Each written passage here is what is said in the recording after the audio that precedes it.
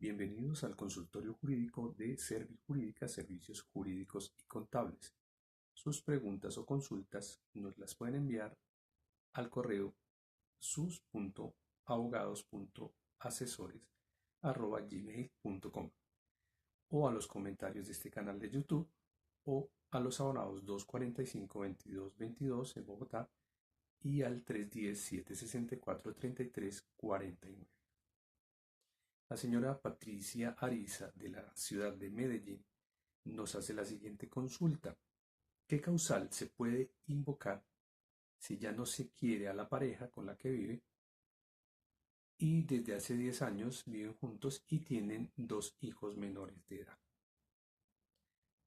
Para atender esta pregunta vamos a mirar algunos aspectos importantes y al final le responderemos.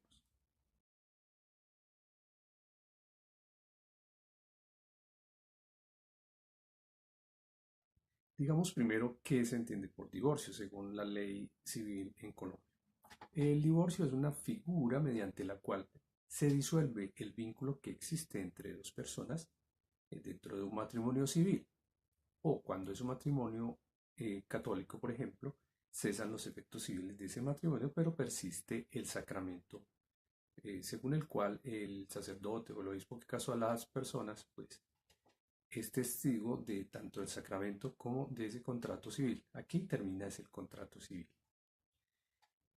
Para que se hagan efectivos todos los detalles procesales en las cuales una parte que demanda pretenda que se termine esa vinculación por una de las causales que trae el Código Civil, es necesario presentar una demanda ante un juez de familia. La demanda pues debe llevar todos los elementos formales que la ley exige. Esta demanda se interpone según los términos del artículo 388 del Código General del Proceso. Para que una persona sea legitimada para demandar, pues debe ser uno de los cónyuges, pero si fuere un menor de edad, debe tener a uno de los padres como representante.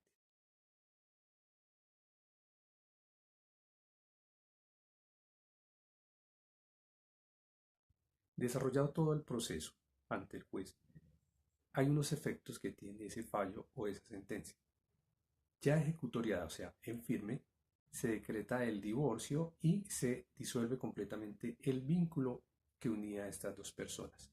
Es decir, que ya no hay obligaciones entre ellos como de auxilio o de convivencia.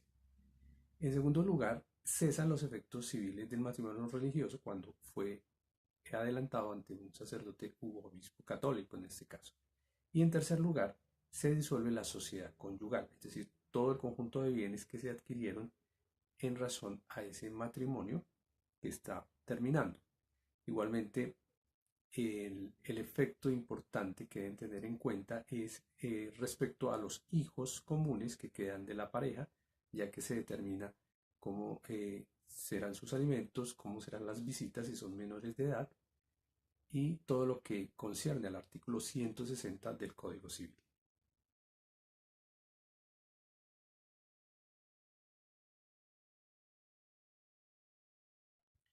En el caso del matrimonio católico que ya veníamos mencionando, es hasta que la muerte los separe, así lo dice el sacerdote, pero ante la ley civil realmente termina el contrato civil y persiste el sacramento, es decir, todo lo relacionado con la ley eclesiástica.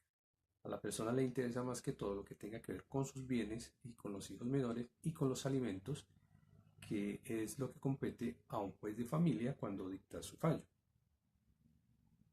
Este proceso, como decíamos, se adelanta ante una demanda por mutuo acuerdo también en una notaría, o sea que son dos caminos. Uno, cuando hay disparidad, cuando hay diferencias entre los cónyuges, se adelanta ante un juez de familia.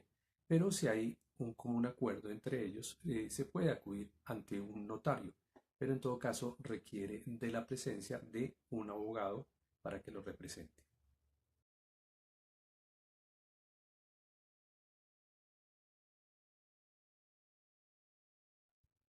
Miremos ahora para responder la pregunta, ¿cuáles son las causales de divorcio que hay en Colombia? Son 9 causales que están determinadas en el artículo 154 del Código Civil.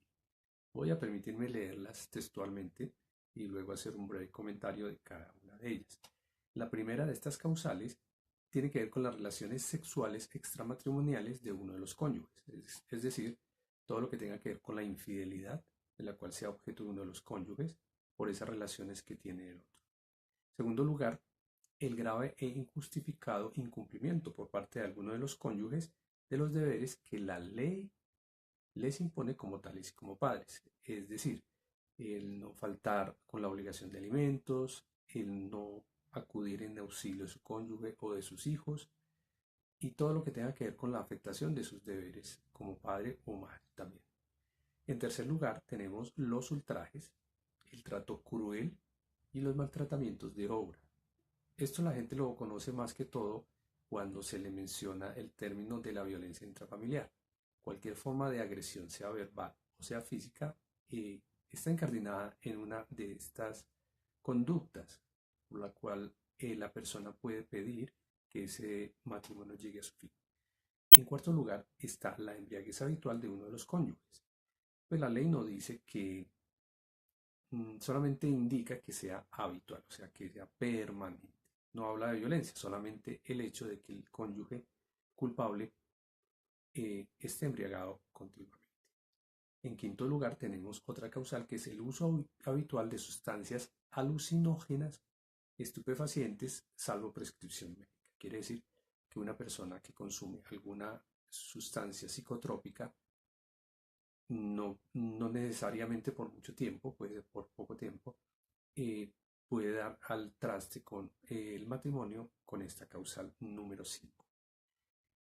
En la número 6 tenemos una causal objetiva, quiere decir que no se necesita probar demasiado ya que es un hecho más bien evidente y que tiene que ver con toda enfermedad o anormalidad grave e incurable, física o psíquica de uno de los cónyuges que ponga en peligro la vida o la salud mental o física del otro cónyuge y que le imposibilite la comunidad matrimonial. Que pues hay que probar que la persona está enferma, gravemente enferma, y que esa enfermedad o es contagiosa o afecta al otro cónyuge. O sea, no es culpa de nada. En la séptima causal tenemos toda conducta de uno de los cónyuges tendientes a corromper o pervertir al otro cónyuge, o a un descendiente o a una persona que esté a su cuidado y conviva bajo el mismo techo.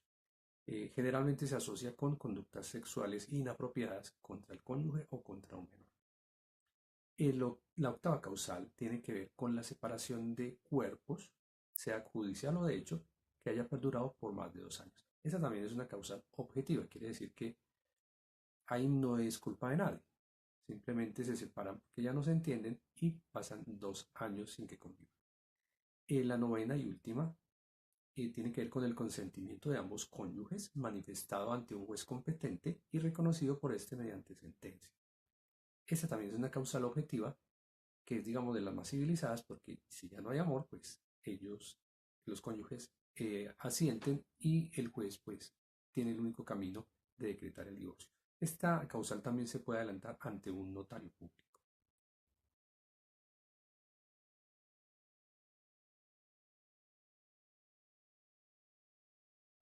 De acuerdo con el artículo 156 del Código Civil, el divorcio solamente podrá ser demandado por el cónyuge que no haya dado lugar a los hechos que lo motivan, es decir, el cónyuge inocente. Cuando decimos inocente o culpable no es en sentido penal, no se trata de un delito, simplemente que es culpable de que la causal se haya dado y se haya terminado el matrimonio, o inocente el que padece, el que sufre esa causal. Él es la única persona que puede estar acreditada para iniciar ese proceso de divorcio.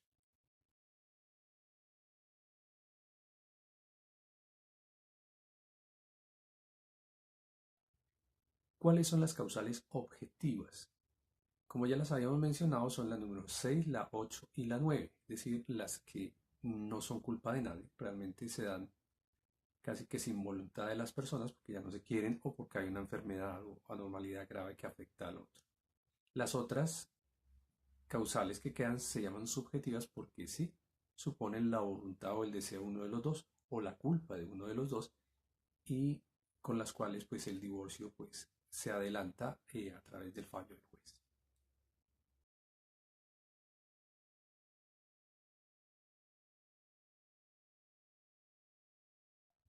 Recalquemos ahora algunas causales que son más comunes, más frecuentes, que son, por ejemplo, el divorcio por separación de cuerpos, que es cuando las personas cónyuges se separan por orden judicial o espontáneamente, por voluntad propia, por más de 2 años, no conviven, realmente mm, transcurre el tiempo sin que ellos vivan juntos y eso da lugar a que se pueda habilitar esta causa. Pero tengamos en cuenta una cosa, y la Corte Constitucional en la sentencia C-1495 del año 2000 señaló que no se puede actuar con malicia porque algunos cónyuges, para no cumplir con sus obligaciones alimentarias, dejan que pasen esos 2 años. Y la Corte ha recordado o ha recalcado que aunque estén ya divorciados, las obligaciones alimentarias persisten con relación a hijos menores.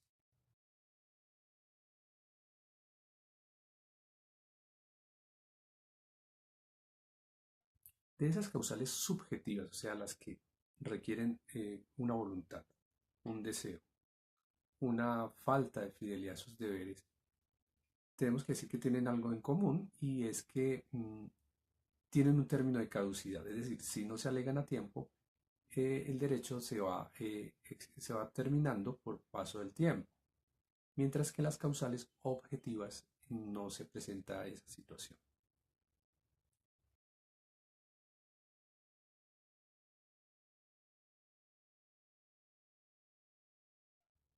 Una de las causales de divorcio más comunes, más recurrentes, tiene que ver con el incumplimiento de los deberes y obligaciones que tiene todo cónyuge. Esto de acuerdo con el artículo 176 del Código Civil. Como habíamos comentado antes, otra de las causales que son objetivas tiene que ver con una enfermedad grave e incurable de uno de los cónyuges que afecte al otro.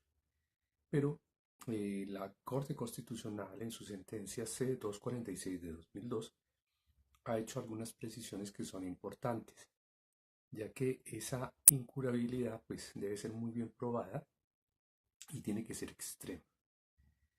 Quiere decir que si se decreta el divorcio, el cónyuge que enfermo no puede quedar tirado a su suerte, a pesar de que ese cónyuge que llamamos inocente o el que inició el proceso gane el proceso como tal, tiene obligaciones alimentarias con relación al cónyuge que está gravemente enfermo.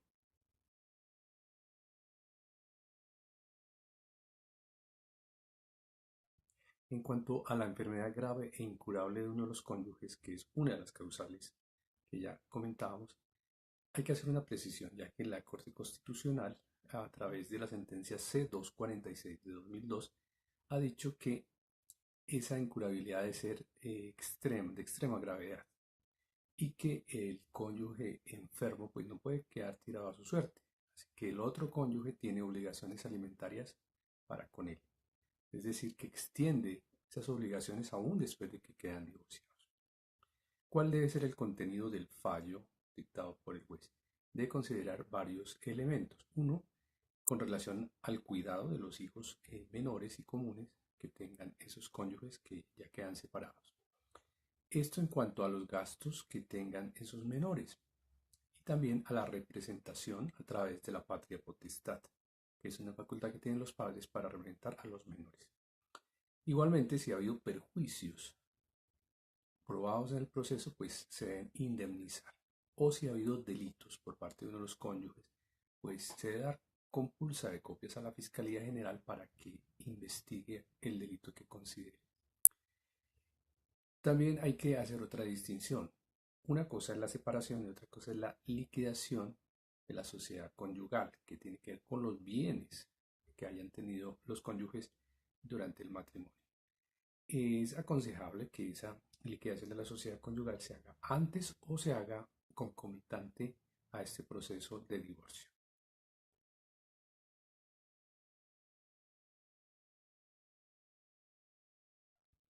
Otro efecto interesante en estos procesos tiene que ver con que el cónyuge inocente, es decir, aquel que no dio lugar a la causal de divorcio, puede revocar las donaciones que haya hecho al cónyuge culpable. Tiene un efecto económico muy importante. Otro efecto tiene que ver con que ya separados y ya divorciados no se puede invocar la calidad de cónyuge sobreviviente, por ejemplo, en el caso de una herencia. Cuando el cónyuge fallece, el que queda no puede acudir y presentarse como cónyuge sobreviviente, ni puede pedir que en caso tal de que haya tenido una pensión de vejez, esta quede al cónyuge que sobrevive, porque ya en ese momento ya no son nada entre sí. De manera que hay que tener en consideración este factor. ¿Qué pasa cuando el matrimonio se celebra fuera de Colombia? Este se rige por las normas de ese país. Y si se invoca alguna causal de divorcio, pues debe ser compatible o aceptada por la legislación colombiana.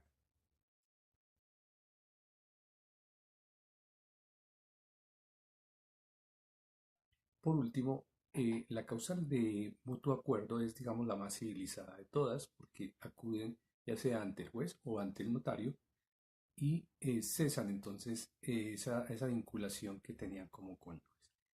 Cuando es ante notario, pues el valor es menor en cuanto a honorarios, pero requiere la presencia de un abogado para que adelante dichos trámites. Si esta información le pareció importante, compártela. Ingrese a este canal de YouTube y haga sus preguntas. Compártala con otras personas para que conozcan más sobre sus derechos. Si usted requiere ser asesorado en causales de divorcio, si fue demandado o necesita demandar, o si necesita liquidar la sociedad conyugal, puede sacar una cita en el 245-2222 o en el 310-764-3349.